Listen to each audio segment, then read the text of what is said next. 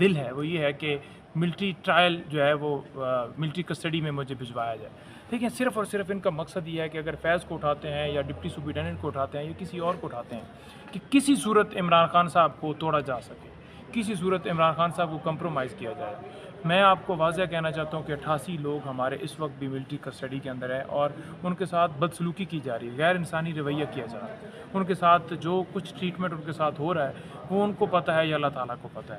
لیکن آپ دیکھ لیں کہ 1 سال ہو گیا, 1 سال کے اوپر وہ فزیکل ریمانڈ کے اوپر, جو کسی قانون نیب ہے نا, نیب کا 40 دن کا ریمانڈ ہے, باقی ہے نا ان کا روٹین میں 14 دن ہوتا ہے, کسی کا اس سے زیادہ ہوگا. لیکن یہ 1 سال سے فزیکل ریمانڈ کے اوپر ان کے فیصلے محفوظ کر کے رکھے ہوئے ہیں کہ جو ہی ادھر سے اسٹے ختم ہو تو فوری فیصلہ سنا دیا جائے. نمبر 2 میں بات کرنا چاہوں گا کہ NOC ہو یا نہ ہو, کیونکہ NOC انہوں نے دی ہے اور NOC دینے کے بعد انہوں نے ہمارا جلسہ جو ہے وہ کینسل اگر کرنے کا کوئی ان کا پلان ہے تو PTI ہر صورت کرے گی. ہمارا ڈیسیجن ہے اس دفعہ کہ یہ پرامن احتجاج, جلسہ, جلوس, ریلی ہمارا حق ہے. باقی جماعتیں اگر آ کر یہاں پر بیٹھ سکتی ہیں نا, جماعت اسلامی اور دوسری, تو ہمارا بھی حق ہے. تو ہم انشاءاللہ 22 تاریخ کو یہ پاکستان کی تاریخ کا سب سے بڑا جلسہ انشاءاللہ تعالیٰ ہوگا.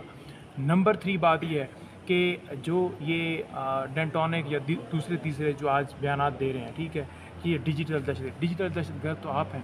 آپ لوگوں نے جو 90 دن کا ٹائم تھا الیکشن نہیں کروائے, دھاندلی زدہ الیکشن کروائے, ڈاکہ ڈالا, لوگوں کو اغوا کیا, گرفتاریاں کی, چادر چار دیواری کا تقدس پامال کیا, اور اب آ کے لوگوں کو آپ ڈیجیٹل دہشت گرد کہہ رہے ہیں. رؤوف حسن کا مجھے دکھا دینا کہ کیا وہ جو اسکرین شاٹ چلا رہے ہیں کیا وہ جینون ہے, اور اگر جینون ہے تو اس کے اندر کیا اس نے ملک بیچنے کی بات کر دی ہے. یعنی آپ اپنے محب وطن پاکستانی شہریوں کو جو آپ کی مرضی کے مطابق نہ چلے وہ سارے غدار ہیں. اور آڈیو لیک کے کیس کے اوپر سپریم کورٹ کا فیصلہ آج کا, میں اس پہ بھی بات کرنا چاہوں گا. دیکھیں آڈیو لیک کیا تھا کیس, کھوسہ صاحب کی اور بشرا بی بی صاحبہ کی ایک بات چیت جو ہے اسے لیک کر کے میڈیا پہ اچھالا گیا صرف اور صرف ہراساں کرنے کے لیے. اب ہوا کیا کہ وہ اسلام آباد ہائی کورٹ کے معزز جسٹس ستار صاحب نے کھڑے ہو گئے, انہوں نے کہا کہ مداخلت نہ کی جائے, اور انہیں میسج بھجوایا گیا کہ اگر وہ اس کیس سے پیچھے نہیں ہٹیں گے تو نتائج بھگتیں گے. اور انہوں نے پھر کھلے عام بتا دیا کہ مجھے دھمکیاں دی جا رہی ہیں. وہاں پر جناب پروٹیکشن کے لیے سپریم کورٹ کھڑی ہو گئی ہے کہ جناب وہ اس کے اوپر کارروائی مزید نہ بڑھائی جائے.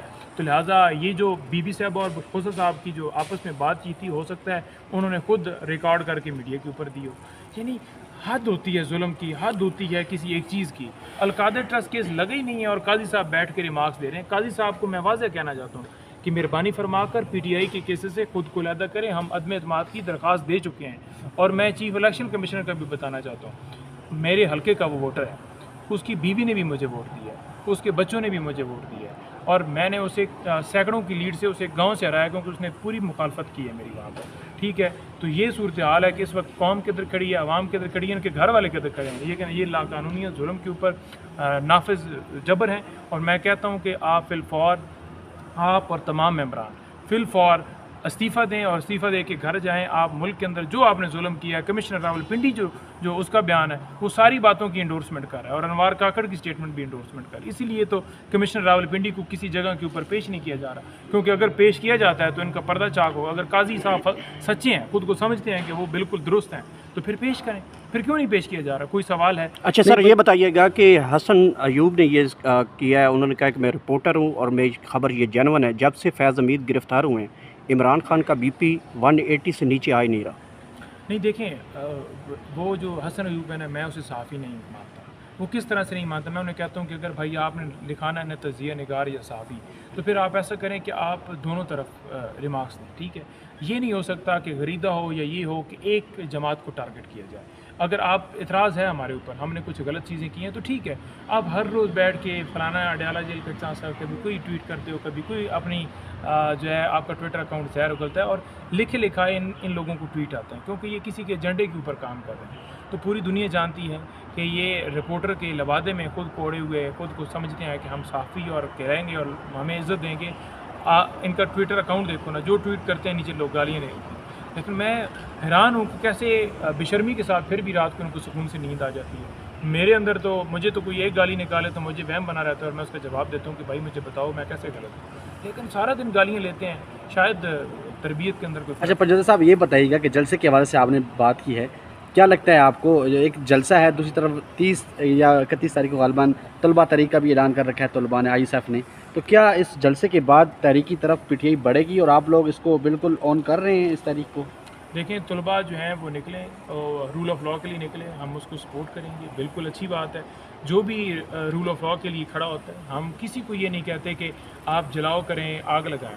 ہاں ان طلباء کے اوپر شیلنگ کر کے یا خود آگ لگا کر انہیں ڈالا جائے کہ انہوں نے آگ لگا دی ہے، تو یہ ایک وہی 9 مئی والا پلان ہوگا. لیکن پرامن ملک ہم چاہتے ہیں کہ ہمارے ملک میں امن قائم ہو.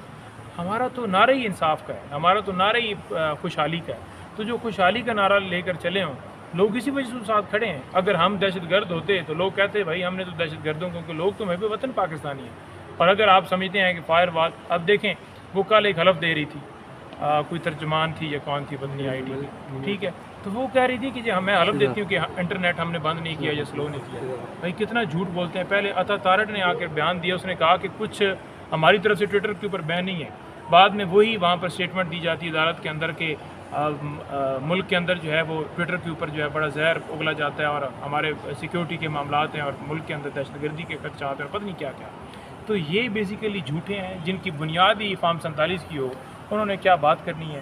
اگر یہ دیکھیں ان کی سب سے بڑی جو چوری کی مثال ہے نا، وہ یہ ہے کہ جو انہوں نے آج بندش. اچھا لاسٹلی یہ بتائیے گا کہ اس وقت آپ جلسہ کرنے جا رہے ہیں 22 اگست کو، اس سے پہلے ابھی سوشل میڈیا کے اوپر لسٹیں آ گئی ہیں، پورے پاکستان سے آپ کے کارکنوں کی لسٹیں آ گئی ہیں. لاہور سے 2000 بندہ ہے، اسلام آباد سے 383 ہے، 700 کے قریب راولپنڈی، تمام ڈسٹرکٹس جو ہے لسٹیں بن چکی ہیں. کارکنوں کو جو ہے ان کو نظر بندی کرنے کی لسٹیں آ رہی ہیں. تو آپ سمجھ رہے ہیں کہ اس کے باوجود بھی جلسہ ہوگا؟ آسان کام ہے. نادرا کے پاس